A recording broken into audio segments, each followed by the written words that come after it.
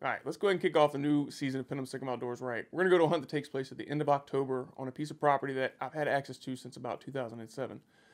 Now, this particular property was where I killed my first buck with a bow right when I had gotten back into bow hunting.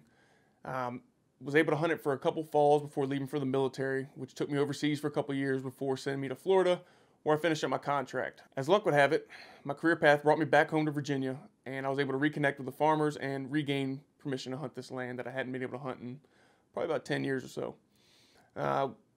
Being that I had a new job that got me up to Virginia here, my time was limited. I wasn't able to scout like I normally would like to on a new piece of property or newer piece of property.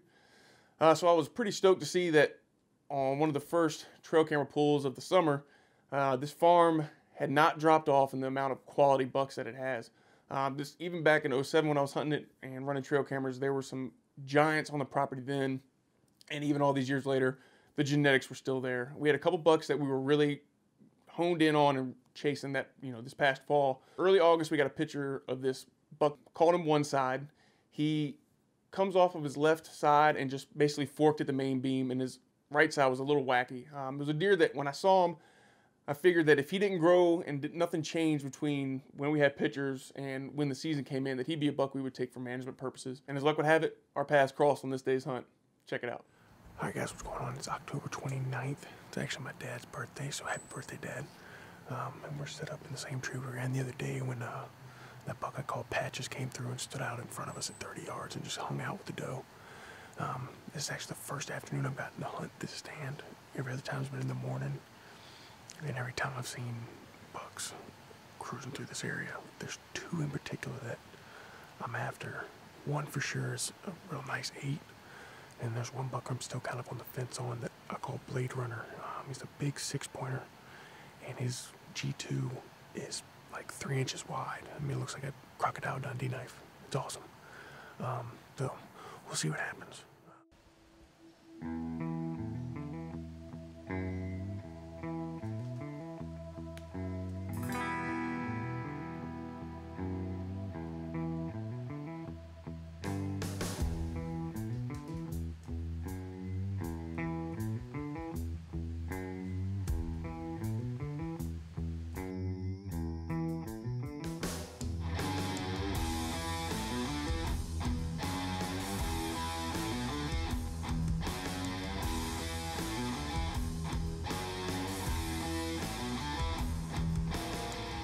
So this hunt was going about how you would expect a late October hunt to go. The does were up and cruising. The little bucks were bumping does around and cruising through the area, searching for love. And I figured with all the deer activity, it might be worth smacking some antlers together, throwing some grunts out there, and seeing if we couldn't maybe catch one of these bucks on their feet that was only interested in fighting and other things that start with F. So that's what we did, and it did not take long before we heard the crunching of leaves and the thrashing of branches coming from the thicket out in front of us.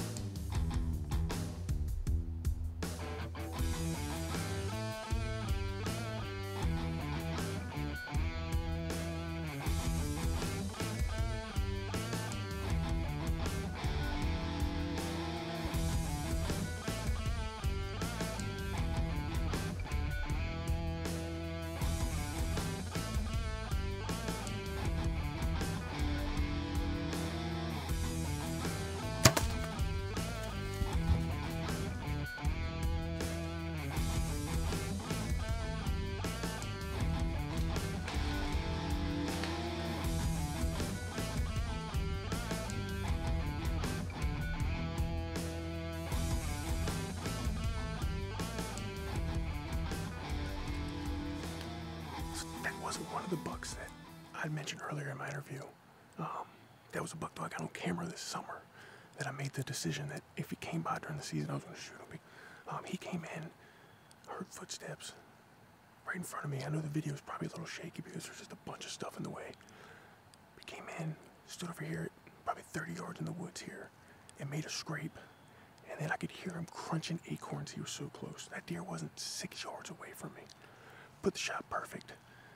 Settled up with a steady form. That deer, he did wheelies all the way out of here. Ran a big semicircle and he crashed 40 yards in front of me. What a day. All right, guys, well, here he is. We got him all drug out and bringing him up out of that creek bottom for about 400 or 500 yards, all of which was uphill, was less than fun. However, tonight was a great night. Saw does, a couple different does. Spikes were cruising through. This guy stepped out, and actually after I shot him, we had another 6-pointer come walk right up underneath of us. They were right before dark. But this buck actually, he was making a scrape on his way in, and I couldn't see who it was or which buck it was until he stepped out because he was in kind of a thicket. But once he stepped out and I could see this little goofy side here, I knew which buck it was. We got pictures of him back in August. And I knew then that if we got an opportunity, I was probably going to take this buck out of the herd. We've got a lot of good genetics going on this farm, and I want to keep that going. And this property in particular is actually where I killed my first buck with a bow. When I left for the Navy, I obviously lost permission to hunt it because I was out of the country. Now that I moved back home, I'm very thankful to have gotten permission to hunt it again and to come back all these years later. I think it's been about 10 years, and then take another deer, another buck, a nice buck off of again all these years later is pretty cool. All right, well, the first episode's knocked out. I know I've been dragging my feet a little bit getting these episodes out, but between the last year, it's been a little hectic between getting the family moved up, settled in, getting the new career going. So I appreciate y'all sticking with us and staying close to the page. If you haven't already, make sure you subscribe using the button below. Hit the little bell notification icon beside it. That way y'all get emails and notifications sent to you whenever we post up new content.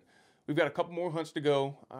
We've got a couple turkey hunts, some doe hunts from Jersey, a bow build. We're shooting Dartons this year. So we've got a lot of good content coming out. We've got a lot of good bucks popping up on trail camera already. So it's going to be a really good fall. So make sure you don't miss a moment. Follow us on Facebook and Instagram, as well as subscribing here so you get all of the content as soon as it comes out. Until next time, guys, pin 'em and stick 'em.